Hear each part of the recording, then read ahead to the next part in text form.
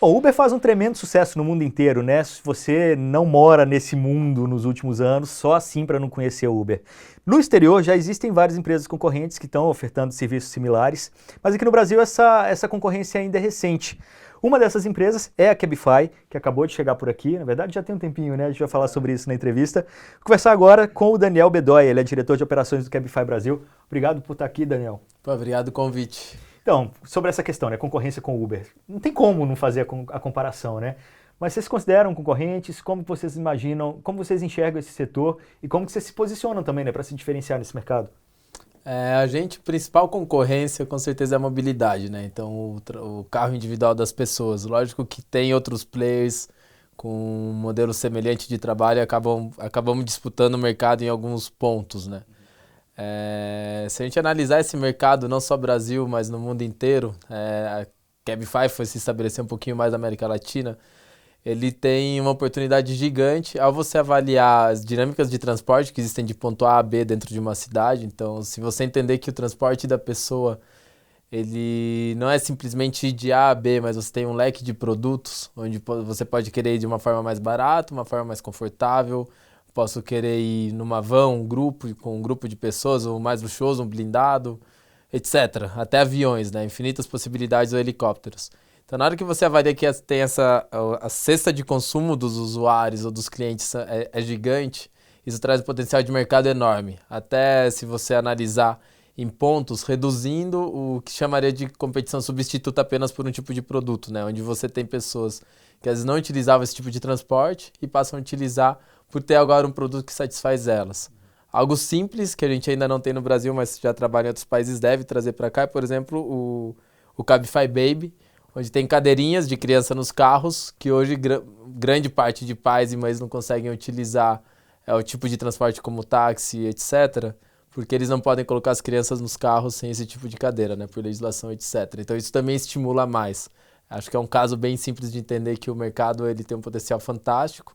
Existem diversos outros players, como você bem comentou, o Uber é um grande player também, mas nosso desafio é mudar o hábito de consumo da população inteira, em vez de você sair com o seu carro, fazer uma aquisição mesmo de carro, que hoje a gente vê um hábito de consumo mudando muito grande, né, por grande parte da população, é que tem uma solução de transporte, tanto com eficiência, mas focando qualidade e segurança, que seriam os nossos principais pilares de trabalho. Vocês não levam em consideração o tempo da corrida, né? Só a Exato. quilometragem. Isso para o cliente, principalmente numa cidade engarrafada como São Paulo, me parece muito positivo. Mas para o motorista talvez não seja tanto. Como que você lida com isso dentro dos seus universos, né? Trabalhar isso com motorista, com os seus Tá, é públicos? legal antecipar só um pouco que a gente foca muito na renda do parceiro nosso, né? Então a gente tem essa preocupação, inclusive com a composição de preços.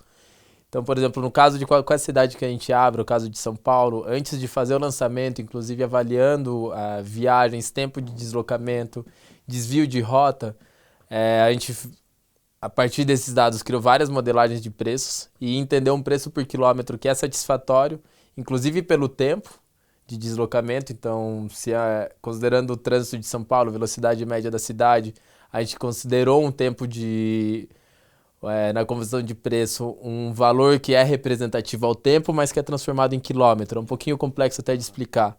Mas uma vez que eu tenho um valor fixo por quilômetro que considera nesse preço embutido tempo, deslocamento, rota, isso gera uma transparência de preços, né? Então, uma Eu já entro no carro sabendo previsibilidade. quando eu vou pagar, né? Exato, exato. Tanto para o usuário e tanto para o parceiro, né? Então ele sabe qual que é o potencial de faturamento dele a partir de uma análise simples, né? De número de viagens, distância média que ele vai percorrer, ele sabe quanto que ele pode ganhar e fazer até previsão, né? Se faz para ele sentido uma renda dessa naquela semana, ou naquele mês, ou naquele dia que ele vai trabalhar.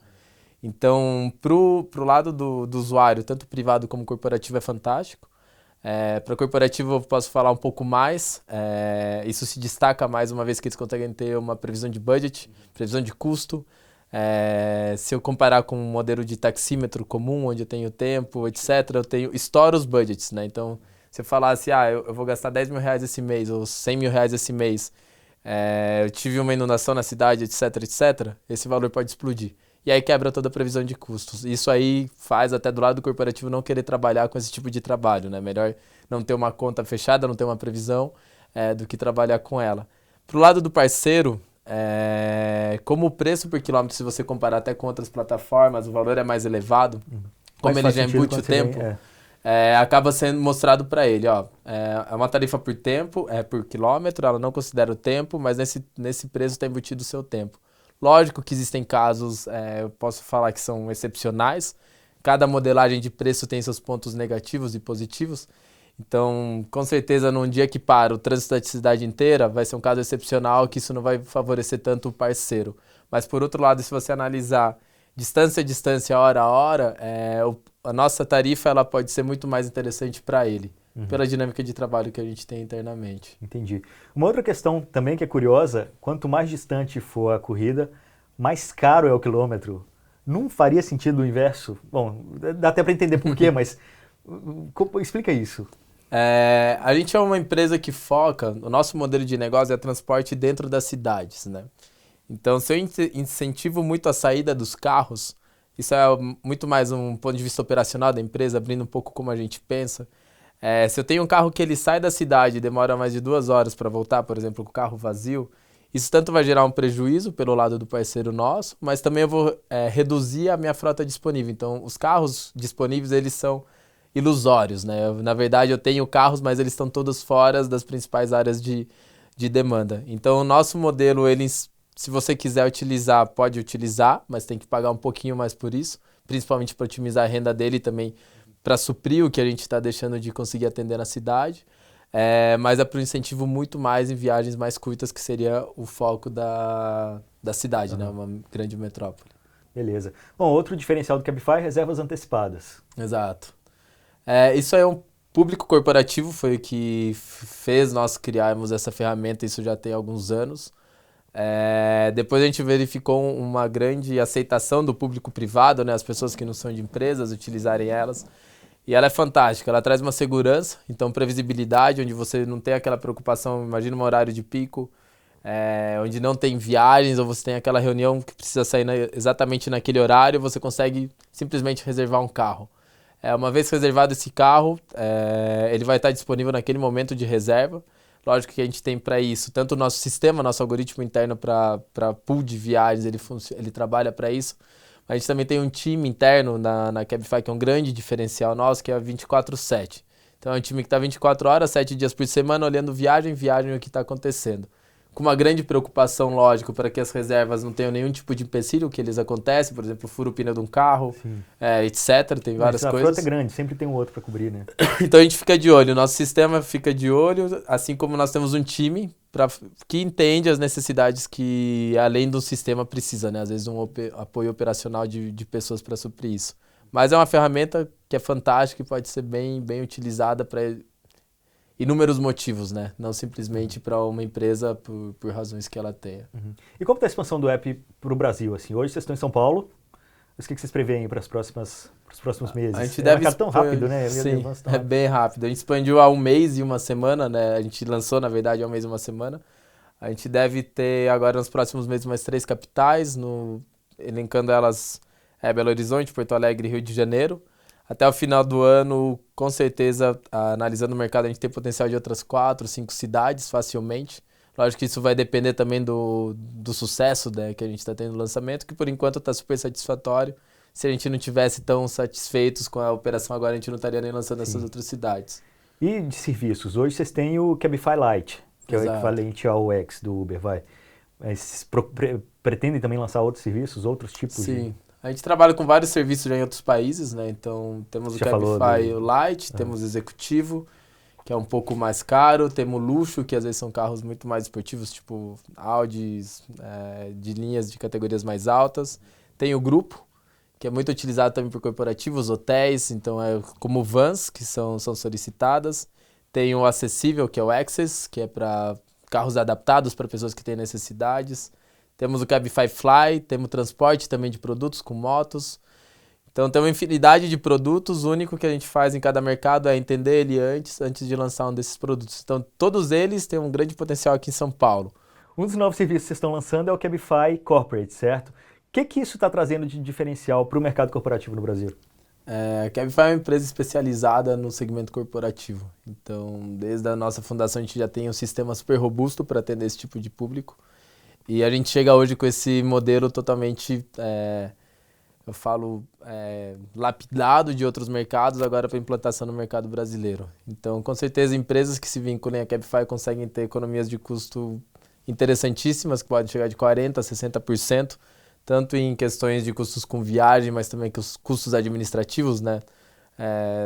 Várias empresas talvez já passaram por esse momento de receber, não sei, 1.000 recibos, 100 recibos e ter que validar um com o outro e depois fechar as contas no final do mês.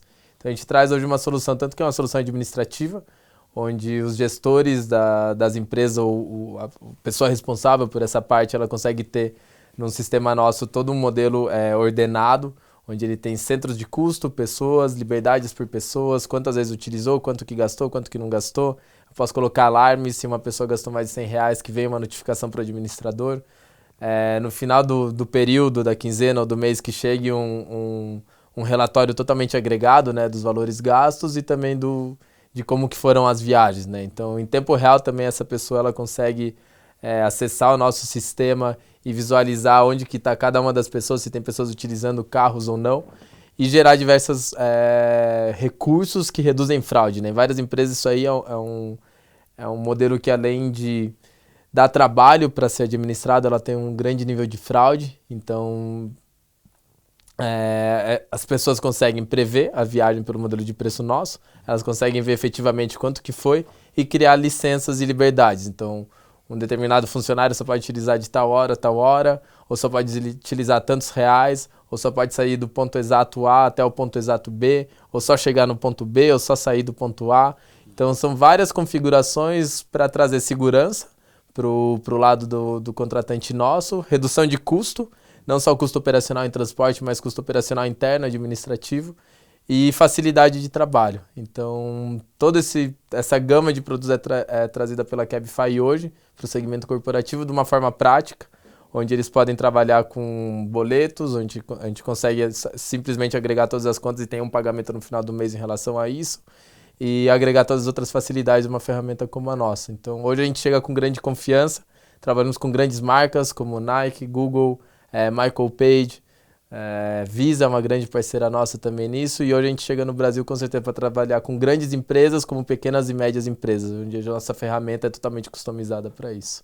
Qual você diria que tem mais chance de entrar aí? Com certeza no curto prazo executivo, o corporativo a gente lançou agora, né? Então o executivo é um modelo super interessante e o acessível ele é fantástico, não sei, um dado legal, quase 15% a 20% das viagens de táxi da cidade de São Paulo são por questões de saúde, médicas. Ah, é? Então é uma oportunidade super interessante também nesse tipo de carro. Então é um dos mercados que a gente também pretende trabalhar de uma melhor forma possível. E até o Fly.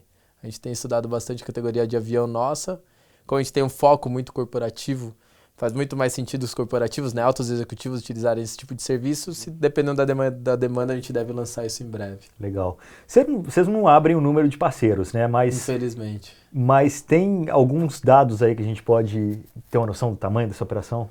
Com certeza. Acho que um número que é super interessante, que mostra a grande aceitação que a gente teve no mercado, é o número de parceiros registrados na nossa plataforma que tem interesse a ser parte Cabify, né? Hoje a gente tem mais de 20 mil deles, aproximadamente 25 mil de parceiros que estão registrados para serem parceiros Cabify, que mostra basicamente o tamanho da nossa operação que a gente pode ter aqui em São Paulo. Lógico que vários deles acabam não entrando na plataforma, por exigências documentais, modelos de carro, até a própria pessoa, né? A gente faz alguns testes psicométricos de comportamento, a gente foca que a pessoa que tem entrando, além do equipamento, que faz sentido ela ter um carro bem cuidado, etc., mas que ela seja uma pessoa também idônea que saiba servir. Então, desses 25 mil, todos passam por um processo até que entram dentro da plataforma. O que controla a gente é basicamente a demanda. Se a demanda cresce, colocamos mais pessoas nas ruas. Se a demanda não cresce, preferimos estabilizar a entrada, para conseguir maximizar a renda das pessoas que estão e depois fazer o crescimento de acordo com a demanda. Bom, o perfil desse pessoal que está se cadastrando, eu sei que vocês privilegiam aqueles que não estão no Uber, por exemplo, né? Mas você consegue traçar um perfil dessas pessoas? Tem de todo tipo, né? Eu tenho desde pessoas recém-desempregadas, tenho pessoas procurando novas oportunidades de trabalho e pessoas também que estão querendo fazer um capital extra, né? Então, eu tenho dentro desses 3 tipos. Como eu te disse, eu protejo, como Cabify, os nossos parceiros que estão mais próximos a Cabify, ou que estão dispostos a trabalhar com a gente principalmente. Então, esses condutores, com certeza, eles têm preferência tanto na entrada, né, como se a gente analisar uma fila de entrada, mas também são protegidos, né? Então, se eu vou colocar alguém, imagine, esse caso é bem simples. Eu tenho algumas pessoas utilizando diversas plataformas, em alguns horários elas vão ficar migrando de plataforma a plataforma. Imagine que eu tenho num horário X, por exemplo, 2 da tarde, mais de, um número hipotético também, mais de 500 condutores, eles migram todos para Cabify. Outro número hipotético, 200 condutores que eu posso ter naquele momento, eles vão ter outras 500 pessoas que vão entrar para competir com os passageiros deles. Então eu gero basicamente tipo assim, mais claramente falando, é um tiro no pé. Eu tiro toda a renda dessa pessoa, ela se desmotiva na nossa plataforma e ela sai. Mas basicamente o que a gente traz como Cabify para o condutor, tanto a maximização de renda, tanto o tipo de trabalho nosso, que ele mesmo ele perceba que faz mais sentido ele estar com a Cabify do que conectado em vários aplicativos, né? A gente tem uma filosofia interna, tanto para a empresa, e isso reflete para tanto funcionários internos como os nossos parceiros, que a dinâmica nossa não é uma corrida de 100 metros. Então, eu não vou ganhar só naquela hora, eu não vou ganhar naquelas 2 horas. É uma maratona, então eu vou conseguir maximizar minha renda na semana, no mês, no semestre. E a gente, com certeza, é uma melhor solução do que outras plataformas concorrentes que a gente já tem hoje no mercado. Tecnologia é a grande parceira de vocês, mas também é a grande inimiga, no sentido de ela também proporciona que as pessoas façam tramóias, dentro da plataforma, né? A gente ouve muitos casos aí de fake GPS, as pessoas falsificando a localização onde elas estão para entrar numa fila, por exemplo, do aeroporto, que é mais concorrida. Mesmo outro caso que a gente ouviu aqui no Canaltech também, do cara passando com bloqueador de sinal e tirando todo mundo que está ali esperando pela fila. Existe uma fila, né? Para quem não sabe, existe uma fila para que os motoristas atendam pontos mais concorridos. Enfim, imagino que do lado de vocês têm que trabalhar muito também para ficar cortando isso o tempo inteiro, né? Para evitar que essas coisas aconteçam e atrapalhem o serviço também. Com certeza. O grande prejuízo que a gente tem, não só Cabify, mas qualquer outra plataforma, é a má experiência para o usuário, né? Então, todas essas ferramentas que aparecem, né, as outras tecnologias, que são vantagens para um lado, prejudicam sempre o outro. Então, a gente continuamente analisa basicamente dados. Dados, quem é da área de tecnologia sabe, você consegue entender todos os comportamentos. Tanto como de pessoas que utilizam esse sistema para mudar, né, o GPS ou para derrubar sinais. Então, a gente acaba identificando comportamentos. Uma vez identificado que ele existe, com tecnologia, a gente vem para combater tecnologia. Mas acaba sendo meio que uma briga de gato e rato, né? Sim, sim. Essa brincadeira. Constante. É constante. Uhum. Então sempre tem coisa nova, a gente avalia comportamentos, identificou algo que tem representado tanto mais experiência para o usuário como cliente, ou também mais experiência para o nosso condutor parceiro. A gente procura ver como resolve isso de maneiras processuais operacionais básicas, né? Então, em vez de investir tempo e capital para criar uma tecnologia para superar ela, vamos ver se a gente consegue resolver de outros modelos. Podem ser desde entender o comportamento da pessoa, por que ela está fazendo isso, etc. Ou simplesmente trabalhar com tecnologia também. Por exemplo, no caso de tecnologias como essa, como de fake GPS, etc., a gente já tem... Não é só Brasil, tá? Sim. O povo sempre tem essa tendência, né? O brasileiro mercados, já tá aí atrapalhando. O pessoal fala, isso é só Brasil, não, isso é em vários mercados, desde os mercados latino-americanos que a gente está, mas também europeus. A gente cria ferramentas para fazer bloqueio. Para fazer essa matéria do fake GPS, a gente foi pesquisar na internet, isso já acontece nos Estados Unidos desde 2014. Quer dizer, não é novidade nenhuma, não foi o brasileiro que inventou, né? Então tem várias, então a gente trabalha e estuda elas também para isso não trazer prejuízo. Eu falo de bem-estar dos nossos usuários que estão querendo utilizar bem a plataforma. Uhum. Agora, o Uber já abriu bastante as portas desse mercado aqui no Brasil, né? Vocês chegaram no momento seguinte. Como que você avalia isso, assim? O momento da entrada de vocês, né? É mais fácil investir nesse mercado nesse momento, ou seria mais fácil vocês terem chegado primeiro, de repente, conseguido abraçar um mercado maior, né, que naquele momento era virgem? Como que você avalia isso, assim? Tem vários mercados que a gente entrou primeiro, né? Se analisar, a Cabify entrou na América Latina primeiro que concorrentes como Uber em vários deles. Por exemplo, México, Chile e Peru, que a gente já está há alguns anos. Tem vantagens, com certeza, de ser a primeira entrada, né? Enquanto que lá naqueles mercados, outros players que entraram se aproveitaram da gente ter criado o conceito. E com certeza entrar agora no Brasil, onde já existem... O conceito é criado, né? Tem grandes vantagens, principalmente por economia de custo operacional, de você ter que criar, as pessoas entenderem o que é esse modelo de negócio, então com certeza é uma vantagem para a gente, mas também tem lados negativos, né? Por o modelo de trabalho nosso ser diferente de concorrentes, a gente foca muito, como eu já disse, em qualidade, em tipo de atendimento. Se outros players maiores eles não trabalham de outra forma, outros concorrentes nossos de grande representatividade não trabalham da forma similar, acabam que muitas coisas que eles entendem como sendo o modelo de trabalho ideal não é o mesmo trabalho ideal da Cabify. Então isso reflete também em aumento de custos operacionais, por exemplo, para você conseguir fazer essa mudança de cultura, tanto para usuários entenderem que é um modelo diferente, tanto como parceiros também que é um modelo diferente. Então é positivo, com certeza. Eu já trabalhei em várias outras indústrias de tecnologia, sempre trabalhar junto com outra empresa, mesmo que seja um primeiro, outro segundo, ou os dois entrarem junto, a gente sempre fala, a pizza é grande. É melhor criar e fazer a pizza junto, já que o mercado ainda quer entender como que ele trabalha, do que tentar abocanhar todo mundo aí no mesmo pedaço que nem existe. Lógico que num momento vai ter uma competição e ela é dentro de qualquer mercado como de qualquer indústria, né, onde eu tenho grandes players trabalhando. Então hoje ainda é super saudável ter, além de nós, outros players, inclusive grandes players como é o caso do Uber. Ela facilita o trabalho, acho que todos nós temos um papel igual de conseguir criar ela, desde conseguir fazer mudanças e favorecer a questões governamentais, então entender como a regulação pode ser melhor adequada, entender como que ela pode ser muito mais bem entendida pelo tempo de mudança nosso, entender que a tecnologia às vezes ela não é suficiente porque a necessidade do usuário tem aqui, então a gente aprende algo, outro player aprende alguma outra coisa, então é uma sinergia muito boa para todos. Em um momento isso acaba virando competição, então no momento atual com certeza é bem positivo. Perfeito. Bom, sempre que eu pego esses serviços, assim, eu gosto de conversar com os motoristas, perguntar, né, como que tá e tal, e sempre falo, o futuro disso, como que você se vê daqui 5, 10 anos, né? Principalmente pensando nos carros autônomos que estão chegando aí, eles falam, mas isso vai demorar muito para chegar por aqui, ainda mais no Brasil, vai demorar muito tempo. E eu fui falando, não, o Uber já está testando os carros autônomos, isso já é realidade nos Estados Unidos, enfim.